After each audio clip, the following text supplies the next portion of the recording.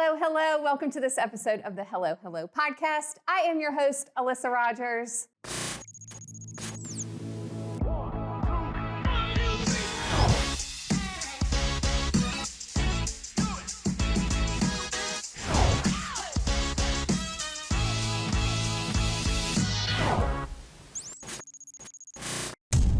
And today, you would never imagine that we are in Halifax County. You will feel like when we take this journey through this episode that we are somewhere far, far away. And I am so excited for you to join us on this journey today because I am sitting here with Molly and Nick at the Wild Manor in Halifax County, Virginia. Can you believe it? Look at where we are to talk about the journey you've been on for the last year to get to the space that we're in right now and what is to come on the property here. Welcome. Thanks for allowing us here. Thank you for hosting us and letting us do this with you. We're really excited to have you here. Well, I'm so thrilled to be here. We just had the honor of having a tour around the property and around the house, and it's phenomenal. Thank you. And thank you very much. Everyone needs to know what you have going on, what you're bringing to the area, because it's very unique, and I just feel like it's an honor for Halifax County to have the two of you bringing a business like this. Thank you. We're gonna start by just kind of telling everyone who you are and what we are doing here today. Okay. To start, Nick and Molly, we're creating Wild Manor, which is going to be a bed and breakfast, safari-style bed and breakfast. It is inspired by Giraffe Manor, which is in Kenya. If you've ever seen the imagery of the people having tea and a giraffe coming through the window. So here we can't have them stick their heads through the window, but we're gonna have them pretty close, up close and personal. So we bought this manor about a year ago and have been renovating it over the course of the year. And then we're going to have the animals come soon. We've been working hard on the animal components. When you stay, you can have tea time, the giraffe can come up, you can feed them snacks, you can have snacks and beverages yourself. That's included. And then you have a happy hour in the library bar, which is the room next door to us.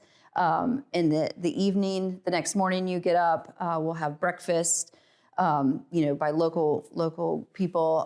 And then we will have another meet and greet with the giraffes. So on an overnight stay, that's all part of the package. And it's supposed to really make you feel as if you've traveled somewhere. And then it was really important to us to make sure we're giving back. So Nick and I are avid travelers, and it's really important in ecotourism that you're putting money into these places in the wild that you're visiting. And so we wanted to create somewhere that people got that experience, especially people who don't, someone doesn't have the option to travel all the way across the world. But we also wanted to give back to those places in the wild. So we're doing a percentage of every booking that goes to conservation. We're creating, in the process, I'm actually waiting for approval for the nonprofit component. We want to have a gala every year that'll be conservation-based. And then we're going to have a lot of education components too, which I can let Nick get into a little bit more. About the education components? Yeah. We'll be working with Halifax County Public Schools initially, getting them here and letting the kids experience, a different type of animals than they're used to in the county. And then doing that, we'll also have opportunities for the rest of the county and anybody from afar to be able to do day trips here. So those will just be scheduled during the days, and they'll have the opportunities to meet some of the animals and do all that kind of stuff. I mean, you're mentioning giraffes, which I'm thrilled about. I think that's the coolest thing, but you're gonna have additional animals too. So what else will you have here? Yeah, we're gonna have the giraffe obviously is our staple, and they'll take up the majority of the property in terms of that footprint. But then we intend to have flamingos to greet you when you get to the manor, penguins and lemurs and foxes, all African species that will be here to really engulf that flair that you're somewhere else in the world. So all of these smaller animals that are do the training and interactions with guests and stuff like that on their own accord. So it'll be fun. Wow. And so You're here, but take us back. Like, how did you get here, and what was it that sparked you wanting to do something like this? So we both have long careers in the zoological field. Mine is in medicine, and I always envisioned, how amazing it would be to have a facility, a smaller facility that was just done really well, and that it was kind of like a pipe dream. Like, you fantasize, you're like, I wish I could do this and do that. And when I met Nick, finally, I'll let him tell you more about his background, but he had always wanted to create something and have a facility. And so once we got together, we both realized that we had a lot of the skill sets to really make this happen and the passion to do it. So we started talking and dreaming, and so that was years ago, many years ago. And so we've been kind of just working towards since then. And then when we moved to the area, we knew that there was not a facility anywhere nearby, and we really wanted to be able to create that and have people, get to have that experience. So I always knew I wanted to do animals, and then knew it was veterinary medicine, but it was always exotics that I was really passionate about. And I was lucky enough to have a zoological facility. So I got to live out my dream. And so I wanted to bring that here. And we've talked to the schools about maybe doing some internships. And so, yeah, we can. And that was in Richmond, right? Yeah, I was in Richmond. Yeah. So you were in Richmond at the I was at Metro Richmond Zoo for about 10 and a half years. And I'm a licensed veterinary technician in the state of Virginia, and I just oversaw all the veterinary day-to-day operations of the veterinary care. They built a huge hospital while I was there, so I got to be part of creating all of that and all the protocols and processes that go into all of the care. And then Nick has a different story of how he came into zoological career. Yeah, I started doing animal training and stuff like that. So I've trained, a whole wide variety of animals through my career, and got my degree in Southern California at America's Teaching Zoo. So in doing that, there was an animal facility on the college grounds that, essentially we took care of on a daily basis and stuff like that. So that was a lot of fun. And I moved all over the country doing various types of animal work, and from positions like normal zookeeper and stuff like that up to director of facilities and different stuff. And then I moved into construction and design. So I just wanted to create more for the animals that were in my care. So it started with simple stuff like building elaborate enrichment or something like that. And now my full-time job outside of here is designing and building for zoos across the country. So now I go and build the full-fledged systems and things like that. So the animal stuff was always in my background as well. I grew up on the West Coast in Oregon. And so now I've been on the East Coast for probably the second half of my life. And obviously we'll be here now for a long time with the manor. So. Forever. That's so amazing. It's fascinating to me because both of you said you always had a desire to be in this field and work with exotic animals. Like, when did this dream happen? Like, did you grow up like, I want to do this, or did something happen? In second grade, I just came out like that. I was just like, it's all animals. Really? Animals are bust. Yeah. But in second grade, we had to write what we wanted to be, and I wrote zoologist, and my mom still has it. I was like, I know what I'm going to do. I love that. So yeah, it was just the kind of how this came about is that, like I mentioned, Nick and I really love travel. And so we wanted to kind of mesh the two. I think, zoos are incredible. They do so much good work. But a lot of times your experience at a zoo is rushing through it, and you don't get quite the connections that I feel like. Because there's so many animals. Yeah, there's so many animals. There's so many people. It can be really busy and hectic. And so we really wanted to create a space where it's slow down, disconnect, get to know the animals on a really personal level, and then they leave you, feeling really inspired. Like you get to know the guest, they get to know you, they get to know the property and the animals, and then we also want to, help them feel inspired to go and care about, where those animals come from. So it's creating a new way of really getting to experience that, but in a more intimate way. And the two of you met at the Richmond. Yes. Yeah. Okay. Yeah, I was there, and I was, I like to see how many things I can do in a day. So I was overseeing a lot of different stuff at the zoo, and then he came in to do exhibit stuff, and that was history. I love that. And how long ago was that? When did you meet? Oh gosh, 2017? Is that right? That'll be getting close to 10 years or something. Wow. Okay.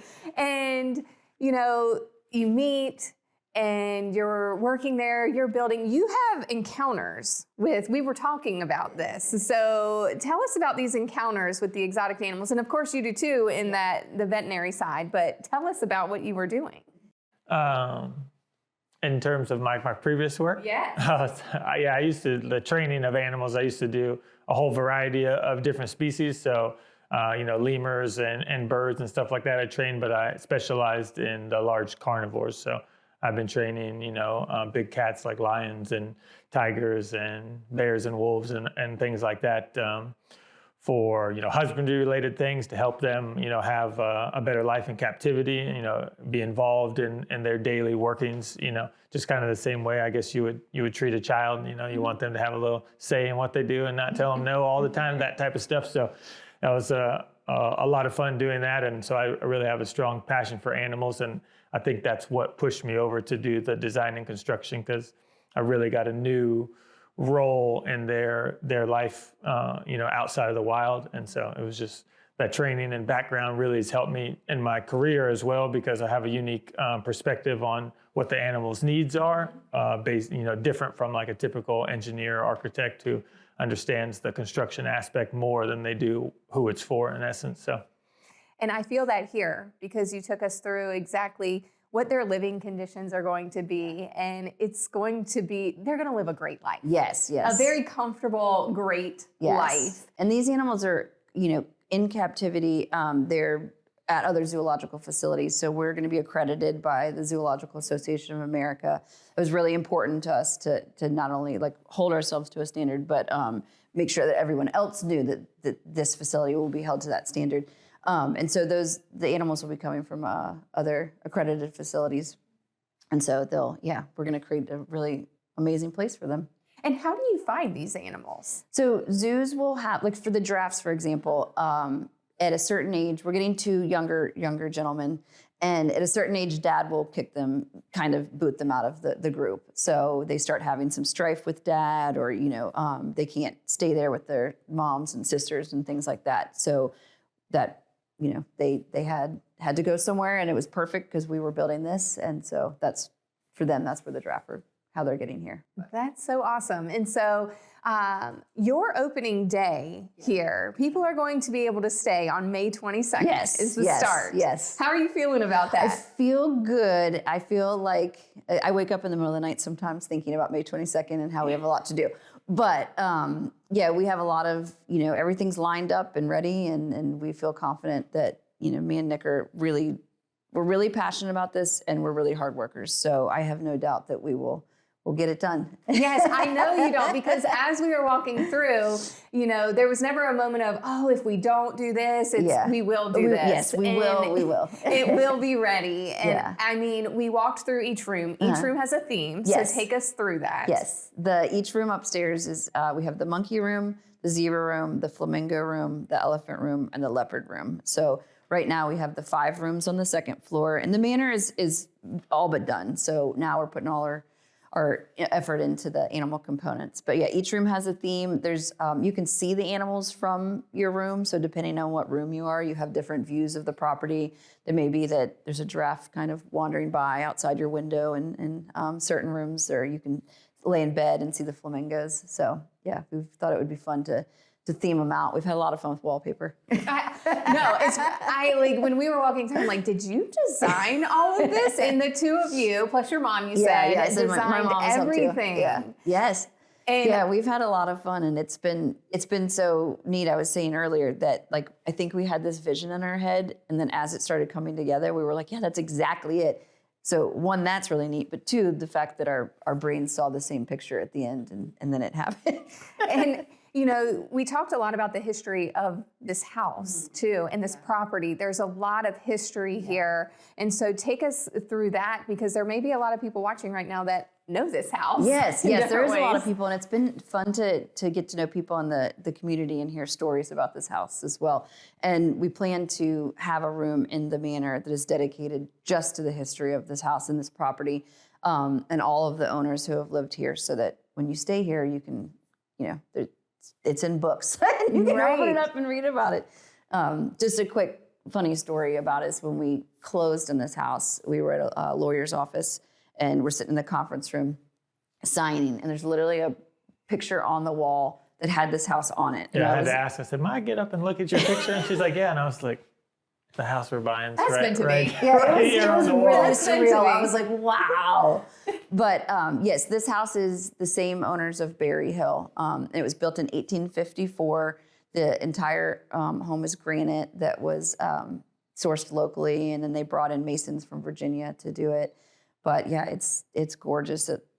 It's just a beautiful home, and I feel really honored that we've gotten to bring it back to life. It was sitting kind of empty for a long time, and there was a lot of things that were deteriorating. So lucky for us, a lot of those things were cosmetic, and we were able to bring the original floors back and do a lot of things to celebrate the house. And we've tried to keep everything that is part of the house here, and then even have some odes to the people who've done things with it along the way, like recreating a wallpaper that was here when we bought it.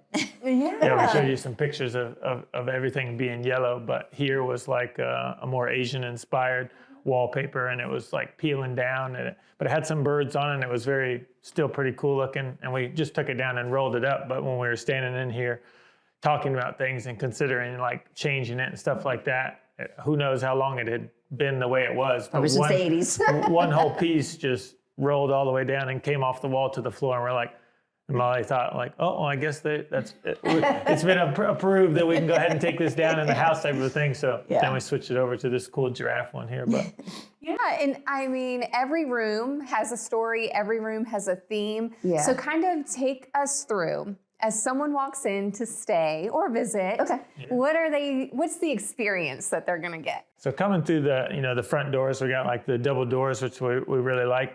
So they'll kind of just be open and inviting all the time. And the experience and the hospitality that we plan to have here is going to be top notch. So the idea is that someone will actually greet you before you even make it into the manor, including the flamingos outside. And then you'll come inside probably to like a quick little drink or something at the front desk and some candies for the kids that you brought. And then you'll be able to see that the whole manor, the buffet room will be to the right, where you'll be able to get breakfast in the morning. And then coming over into the room we're at now is will be the dining space.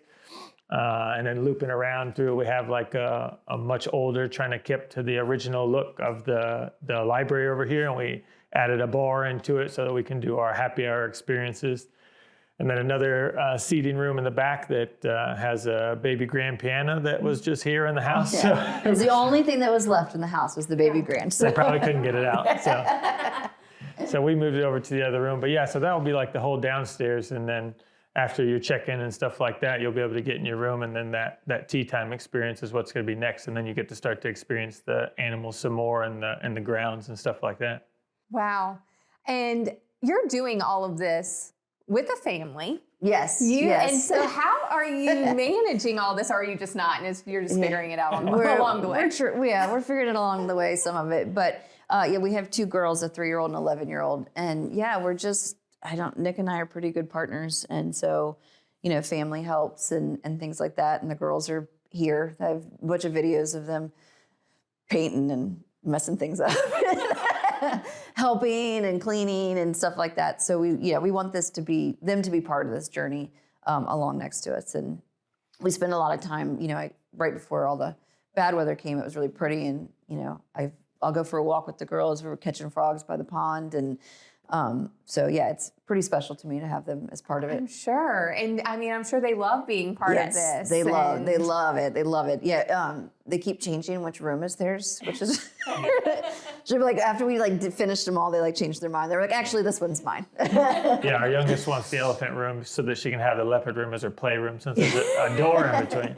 And speaking of that, this is going to be a very kid-friendly place. Yes, it's going to be. We wanted to really open it up to everybody, so it is a solo traveler who wants to just sit and be, have some quiet time in nature. A family with children. It's open to everybody. We've had a lot of couples, which is definitely something that we wanted to promote. All of the rooms are family friendly, except for we do have one, couples room that has a built-in bathtub. So Yeah, that sounds like really cool. And it's beautiful. And I'm sure that Kenny has the amazing B-roll showing you that right now. And so that's really awesome. And, I just want to know, like, you're coming up on starting this journey. May 22nd, it's going to come. You're going to be booked out. I have linked everything above for people to click on and see everything and read about everything and book. But like, what is your ultimate goal? I we have some love ideas, animals, so like we we can said, both go. but yeah, We'll both do it. It's just like the giving back thing. We have our daughters, just like you mentioned, and it's important for us to, teach them about the natural world and being responsible and things like that. And so doing those things is really good, and extending to all of the families out there. Your kids that have always been interested. Like Molly said, she wanted to do this always, and she was fortunate to have the zoo around her that she could actually do it. We've had lots of people contact us, wanting their children to be able to just volunteer or do something, because it's something that wasn't on the table for some folks living in this area, and then they'd have to travel far to do it. So giving back like that, and then giving back in the conservation realm of things. We love the animals just as much as the community and the kids and all that type of stuff. So really being able to participate in things that benefit those that are in need, all over, here as well as, overseas and things of that nature. I think for me, some of my favorite moments in my life are like these connections I've created with these incredible species, and being able to kind of share that with everyone. This having a facility like this, really, like I said, it really lends to you getting to know the personalities of those animals. I really wanted to create somewhere where the care is just top notch, and that we can continue to grow and learn. Nick and I are both definitely like life learners who want to keep improving on, and it's such a changing industry. We keep learning more and more and more about the animals and zoological care. So we want to just keep growing and create an atmosphere of people who come here to learn and to give back, and staff that also just keep moving forward and keep learning. Yeah, and I feel that. You both are so caring, and I've really enjoyed the time here. And I just want everyone that's watching and listening to understand the opportunity that you all are creating in our community, because you are going to be providing job opportunities, internship opportunities. I mean, people to learn about these amazing animals, and just to have a phenomenal experience through it all. Thank you for everything you're doing for the community. It's been interesting because we've gotten reached out to by people who left Halifax to pursue zoo careers and then have had to come back for various reasons. And they didn't think that this opportunity would present itself again. And so we've gotten some like really incredible applications of people who were like, I thought that chapter was closed. So it's very nice that we've gotten to open some doors for people. And we also just, we want to keep growing. We want to do an education center on the other half of the property, and we want to create a nature trail. We want people to get outside. Like, we're not putting any TVs downstairs. We're going to put them in the rooms because, that's nice. And I'm in on that.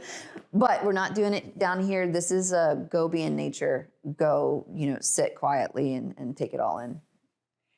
You both are go-getters, and this is going to become a staple in the community. Thank you. I'm excited for the both of you. Congratulations Thank you. on this. It has definitely, I can tell, taken a lot of hard work, dedication, sweat, tears, all of the things, I'm sure. And so good luck. Thank you. And I can't wait to be a guest here. Yeah, I just know that me and Riley will have many mother-daughter trips here, and I'm excited about that. And everyone, go to the website, book now, because it's going to be hard to get in here. I just have a feeling because it's going to be booked up so much, and you don't want to miss it. And I want to come back when the animals are here. So and very showcase soon. that. It's coming. So we'll definitely plan a trip back, but I appreciate you allowing us in here to see it before it even opens. Thank you. And I mean, Did you guys love this? This is like, I don't want to leave. I mean, look at the chair, look at the environment. I want to live here.